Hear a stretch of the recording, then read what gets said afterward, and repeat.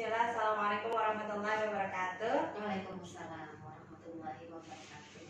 Selamat pagi teman-teman. Kami dari mahasiswa Pasca Sarjana Universitas UHAMKA. Di sini kami akan membahas mengenai salah satu tokoh pendidikan internasional, yaitu Rabindranath Tagore. Nah, pada kesempatan kali ini kita telah menghadirkan satu narasumber dari kelompok kami, yaitu Ibu Nova Nahdianti.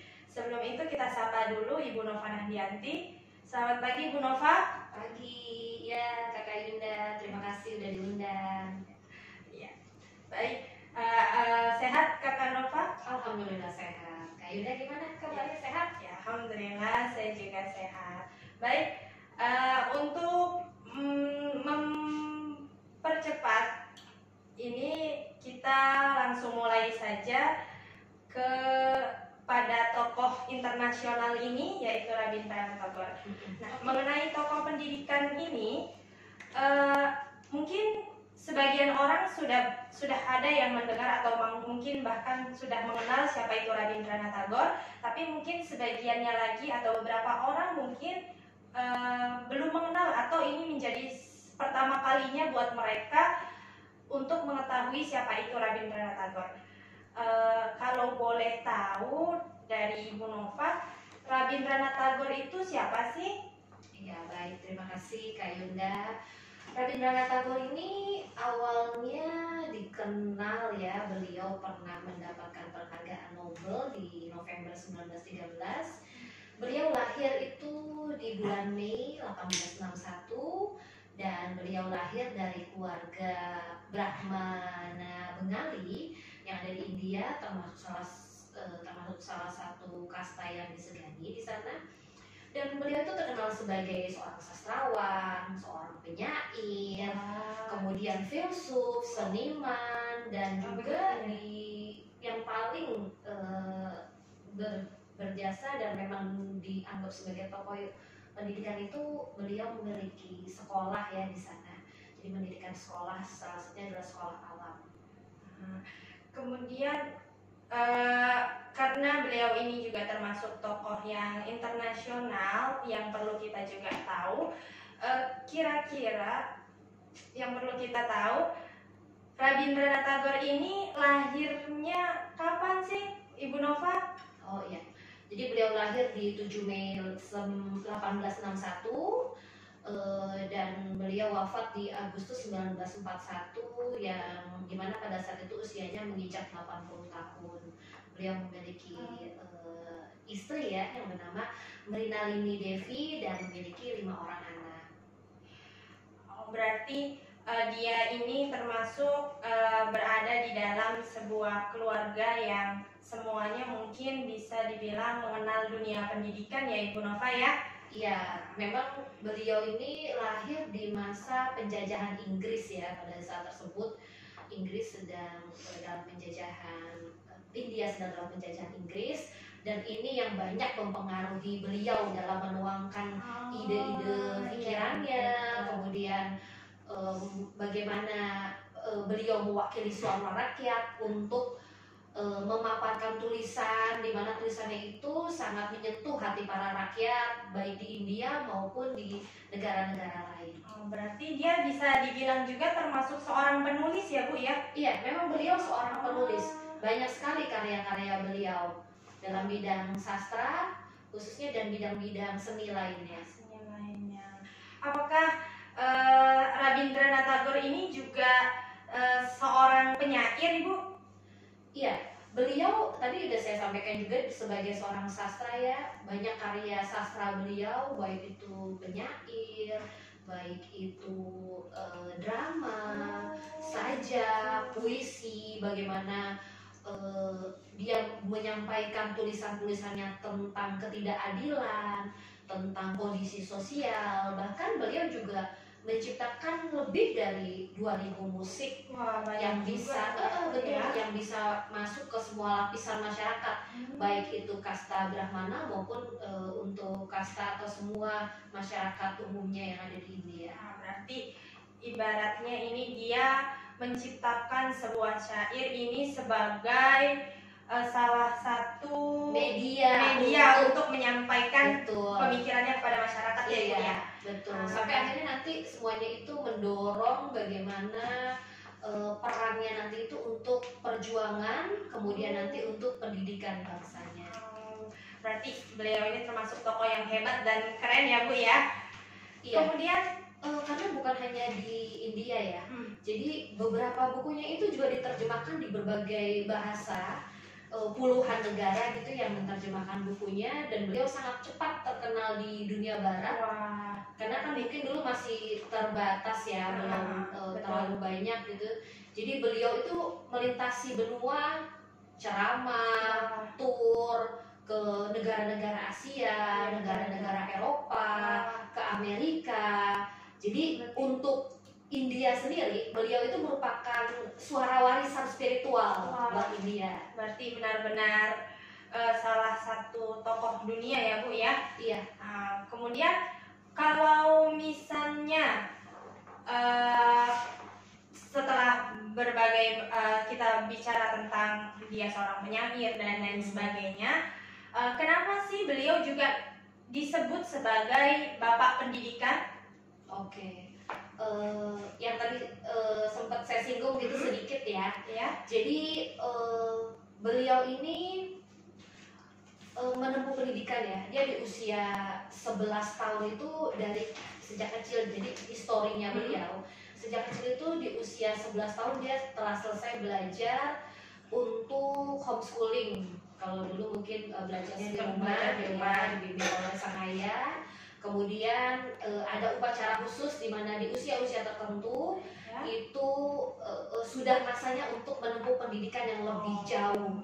Jadi beliau berkelana bersama sang ayah, meninggalkan Kalkuta itu di tahun 1873 untuk melakukan perjalanan. Wah, berarti masih sangat muda ya? Iya, beberapa bulan gitu ya, mengunjungi beberapa tempat sampai dengan ke mulai dari Santiniketan, Amritsar sampai ke Dalhousie.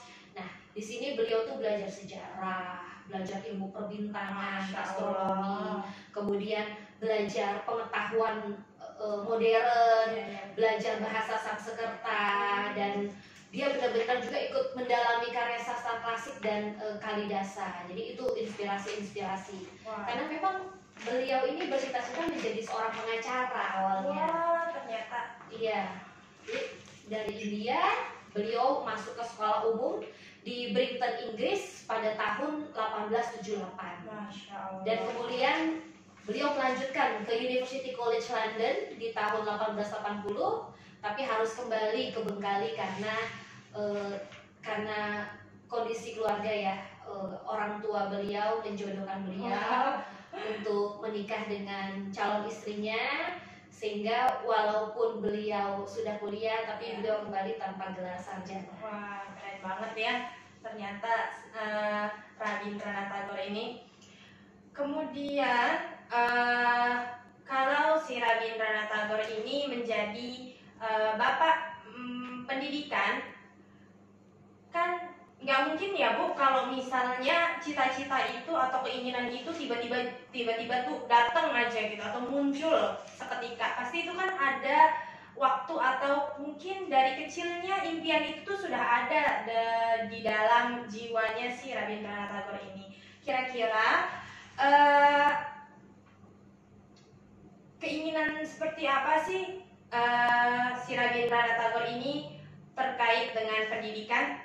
Iya, jadi dengan kondisi penjajahan ya yang berada di sana, di mana pemerintahan Inggris menduduki India, jadi beliau ingin salah satunya untuk merdeka itu adalah diisi dengan pendidikan. Nah, dari pendidikan ini beliau mencoba membuat sekolah percobaan, Santiniketan tadi.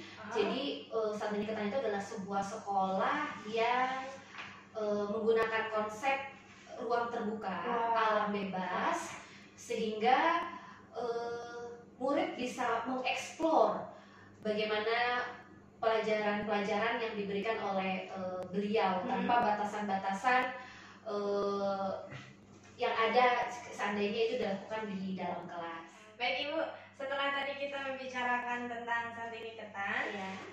boleh tidak ya di-share tentang sejarah berdirinya Santini Ketan ini? Oh iya, baik. Jadi Santini Ketan ini merupakan kota pendidikan di India. Sekolah ini adalah buah dari pemikiran Rabindranath Tagore yang didirikan di tahun 1863, yang tujuannya itu adalah mewujudkan pendidikan tanpa batas-batas ruang kelas. Begitu. Iya, jadi Santini Ketan ini berkembang dengan munculnya Universitas Visabharati di tahun 1921 gitu. Jadi bukan hanya pendidikan sekolah, tapi juga ada didirikan juga universitas di sana. Dan asal-usul Santini Ketan ini dimulai ya di tahun 1862, di mana ayahanda beliau yaitu Maharishi Dabendranath Tagore sedang berlayar melewati daerah Birbhum. Jadi beliau menyeberangi sebuah dataran yang menurutnya itu sangat cocok sekali untuk meditasi dan tempatnya itu menenangkan. Jadi sebenarnya Santini Ketan itu artinya adalah tempat kedamaian. Wah, jadi dibangun ya sekolah di tempat yang damai. Iya, jadi beliau membangun daerah tersebut gitu ya menjadi pusat spiritual, di mana orang-orang itu berdatangan dari berbagai agama, kasta, kepercayaan, berpartisipasi untuk meditasi. Dan di tahun 1901 ya, beliau itu mendirikan sebuah sekolah eksperimen di Santini Ketan dengan 5 murid dan 5 guru juga. Jadi jumlah murid dan jumlah gurunya itu sama ya. Iya, betul. Dan dia di sana itu menanam awalnya namanya Brahmacharya Ashram dengan lokasi ya alam terbuka. Sekolah tersebut tuh kombinasi pendidikan terbaik antara budaya barat, di mana sebelumnya beliau memang pernah menimba ilmu gitu ya, di Inggris, kemudian dengan pendidikan tradisional yang ada di timur. Dan kurikulumnya juga berhubungan dengan seputar alam, bagaimana dengan konsep udara terbuka, karena beliau sangat ingin murid-murid merasa bebas daripada menjalani lingkungan pembelajaran yang bebas, tidak seperti di kelas atau kelas formal. Begitu. Berarti setelah mendirikan sekolah Santini Ketan itu, pasti di dalam sekolah itu ada sebuah kurikulum yang diciptakan di sana ya Bu ya. Iya, betul. Mungkin apakah kurikulum yang dibuat di dalam sekolah Santini Ketan itu? Ya, jadi ada 3 ya dari berbagai perubahan atau filosofi yang Tagore lakukan.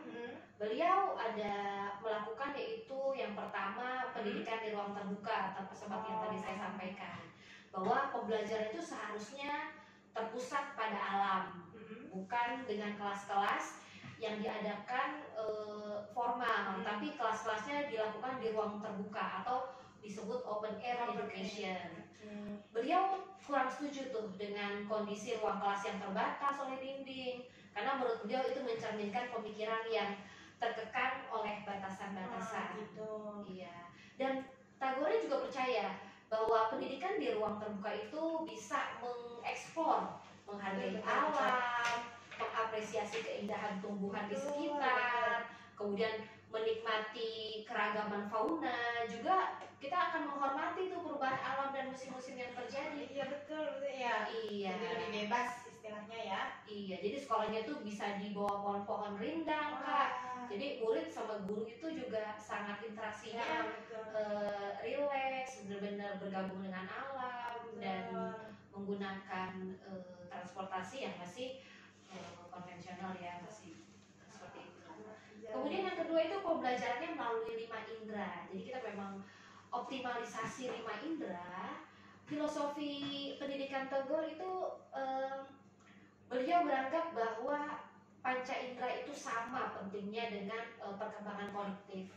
termasuk musik, literatur, seni tari, drama, itu mendapatkan perhatian besar di sekolah Santini Ketan ini.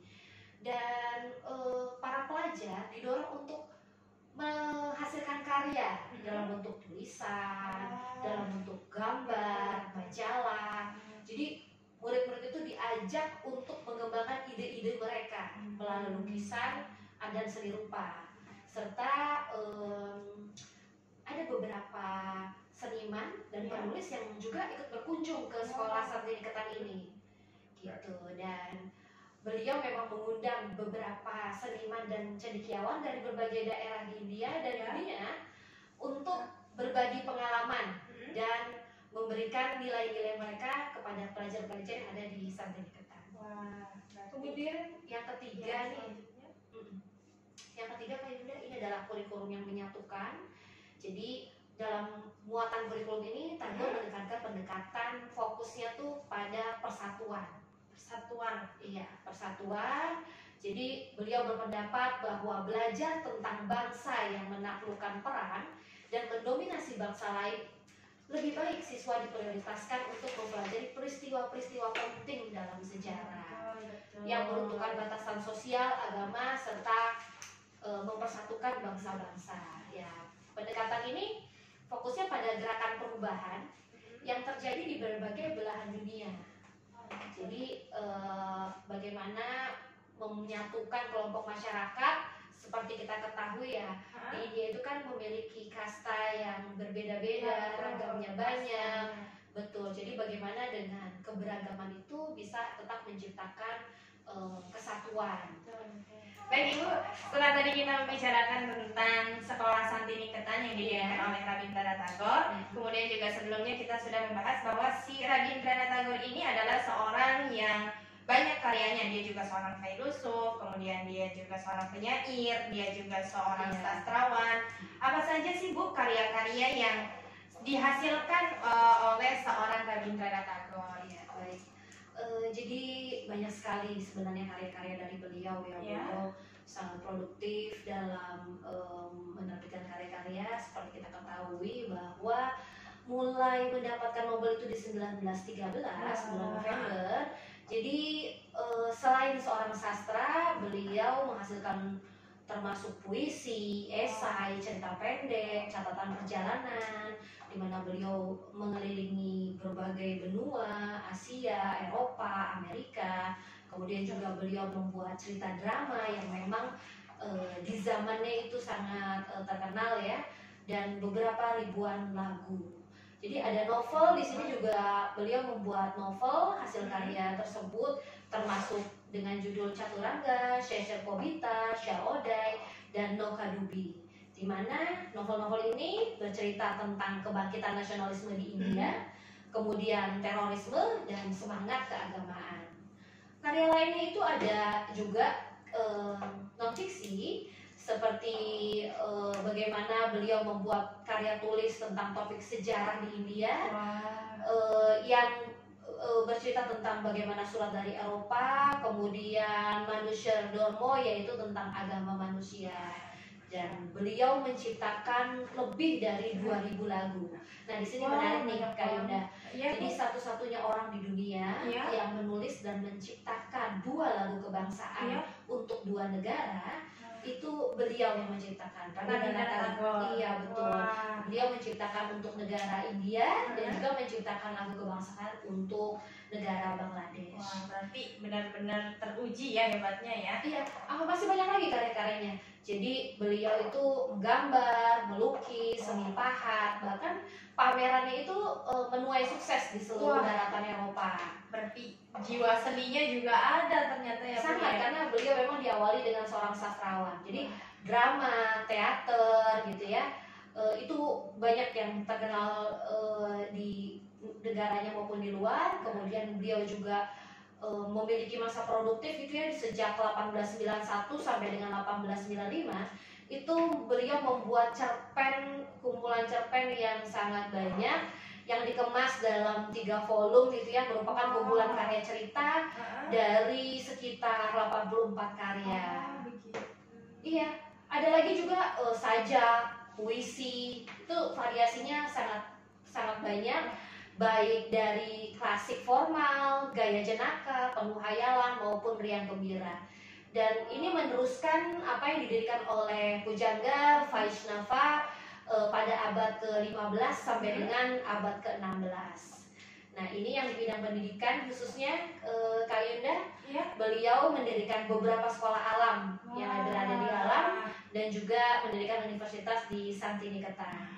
Berarti benar-benar tokoh dunia banget Iya, ya Bu ya. tokoh dunia. Sangat-sangat banyak karyanya, kemudian populer juga pastinya ya. Iya, betul. Setelah tadi membicarakan juga tentang karya-karyanya dan dia juga ternyata sering berpergian atau berkunjung ke berbagai negara. Pernah nggak sih Bu Rabindranath Tagore ini berkunjung ke negara kita tercinta ini, Indonesia? Oh iya, pernah. Jadi seperti yang tadi saya sampaikan bahwa beliau pernah berkunjung ke Asia. Nah, di sana beliau melakukan keliling ya dari satu negara ke negara lainnya, termasuk negara kita Indonesia. Dan salah satu perjalanan yang terpenting itu bahkan dilakukan di 1926. Wah, sudah lama berarti Iya, ya. sampai dengan 1927. Bahkan beliau menghasilkan karya satu bundel yang diberikan judul yaitu Letters from Java. Wah, penulis sejati berarti. Iya, bagaimana Rabindranath Tagore Tours of Southeast Asia di 1927. Jadi beliau sempat menghabiskan waktunya ya Kak, itu pagi harinya tuh di beranda Borobudur loh, dengan membuat sebuah puisi bagaimana iya. Dan itu juga di sana ada patung Tagore, ini ada di depan Hotel Manohara Kak, Manohara Center Borobudur tadi. Untuk mengenang ya berarti. Iya. Jadi selain Jogja, beliau juga ke beberapa daerah yang ada di Indonesia, ke Bandung. Bahkan waktu di Bandung itu sempat bertemu dengan 3 orang pemuda, tokoh pemuda Indonesia. Salah satunya adalah Bapak Soekarno. Oh, Bapak Presiden kita pertama ya, Bapak Presiden kita pertama, di mana di kemudian hari juga menjadi seorang proklamator. Kemudian beliau ke Bali, beliau ke Surabaya, Surakarta, Jogja. Nah, setelah beliau keliling di Indonesia, di negara kita, akhirnya beliau bertolak di tanggal 30 September 1927 dari Jakarta. Wah, berarti benar-benar perjalanan si Rabindranath Tagore ini sangat-sangat banyak mengambil pelajaran dan juga banyak ya pengalaman yang sangat hebat gitu ya Bu ya. Iya, betul. Karena dengan perjalanan beliau ke sini, jadi pada tahun 1913 itu beliau sempat bertemu dengan tokoh pendidikan kita, Bapak Ki Hajar Dewantara. Di sana pada saat beliau diasingkan karena menulis Andai Aku Seorang Belanda. Jadi beliau di sana saling bertukar pemikiran, bertukar ide-ide, bahkan akhirnya membentuk pertukaran pelajar dan pertukaran guru. Benar, berarti Ki Hajar Dewantara ini sama-sama membangun sebuah sekolah ya Bu ya? Iya, jadi ada hubungan antara taman siswa dengan Santiniketan. Setelah pertemuan tersebut terjadi sebuah obrolan berarti ya Bu ya, antara Rabindranath Tagore dengan Bapak Ki Hajar Dewantara. Apakah ada persamaan antara sekolah milik Rabindranath Tagore di Santiniketan dengan sekolahnya Ki Hajar Dewantara? Oh iya, ada ya, pengaruh itu ada. Jadi Rabindranath Tagore dan Ki Hajar Dewantara ini memiliki kesamaan. Yang pertama adalah sama-sama berada di masa penjajahan. Di mana di masa penjajahan itu mendorong semangat persatuan dan perbaikan pendidikan. Ya, jadi yang dilakukan itu kesamaannya nomor satu adalah sama-sama mengajarkan nasionalisme. Bagaimana kepada para siswa diajarkan nasionalisme, berkebangsaan. Dan seperti kita tahu kan, kunjungan beliau di 1926 sampai dengan 1927 itu tepat 1 tahun sebelum Sumpah Pemuda di 1928. Iya, jadi yang pertama adalah mengajarkan tentang nasionalisme, kemudian memberikan kesempatan dan hak bagi semuanya untuk mendapatkan pendidikan yang sama, khususnya bagi para pribumi yang ada di Indonesia, agar bisa memiliki pendidikan seperti para priai atau orang-orang Belanda. Jadi tidak ada batasan bagi seluruh siswa-siswa yang ingin untuk bersekolah mendapatkan pendidikan yang layak gitu ya, itu mulai dibuka kesempatan tersebut. Kemudian salah satu kesamaannya juga adalah sama-sama mengutamakan kreativitas murid, bagaimana mengajarkan dengan cinta kasih kepada para siswa sesuai dengan bakat dan minat siswa, sehingga siswa akan tumbuh berkembang sesuai dengan naturalnya, bagaimana minat dan bakat tersebut iya betul bisa berkembang jauh lebih baik, termasuk bagaimana mengasah panca indera sesuai dengan pengaruh atau kognitif siswa.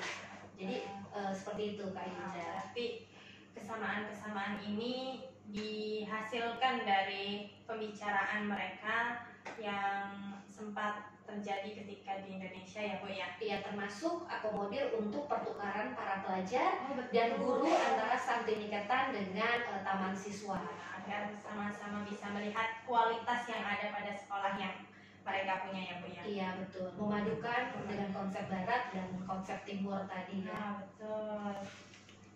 Oke, baik. Kayaknya cukup sekian Kak Yuda. Iya.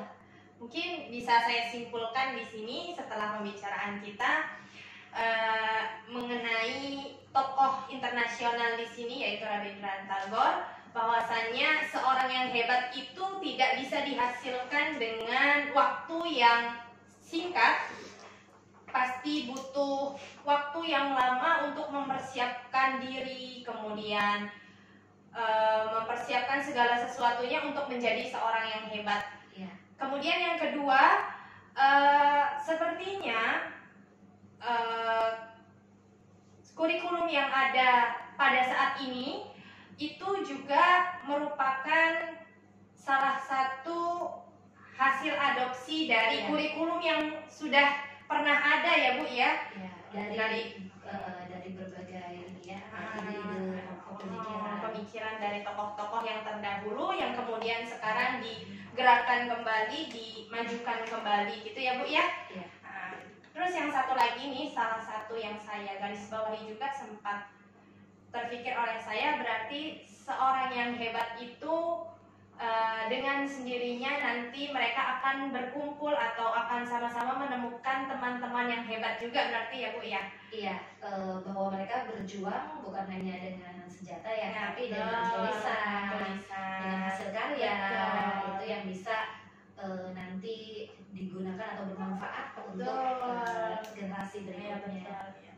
Ya, alhamdulillah sudah selesai pada kesempatan kali ini. Terima kasih Bu Nova atas materinya hari ini. Terima kasih. Mungkin cukup sekian dari kelompok kami. Assalamualaikum warahmatullahi wabarakatuh. Waalaikumsalam warahmatullahi wabarakatuh.